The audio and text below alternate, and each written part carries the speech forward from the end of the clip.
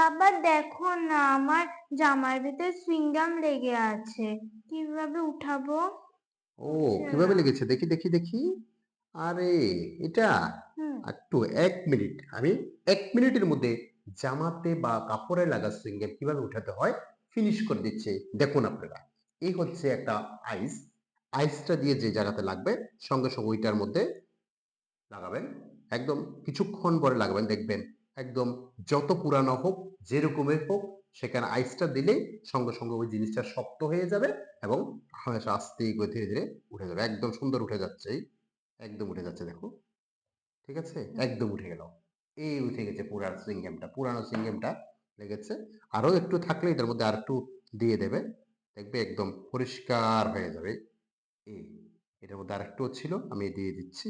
এই দিয়ে একটু নখ দিয়ে হালকা ঘষে দিলে বাহ! একদম উঠে যায়। অ্যাকচুয়ালি যে সুইংগামটার মধ্যে চিকেল গামটা ইউজ করা হয় সেটার যখন বরফের তাপমাত্রা 0 ডিগ্রি থাকে, তাপমাত্রা যখন কমিয়ে দেওয়া হয় সেটা একটু হার্ড বা ঘনীভূত হয়ে যায়। ওর পরে এটাকে ইজিলি আমরা কাপড় থেকে আলাদা করে নিতে পারি। ওই তাপের ধর্মকেই কাজে লাগিয়েই আমরা এই জামাতে লাগা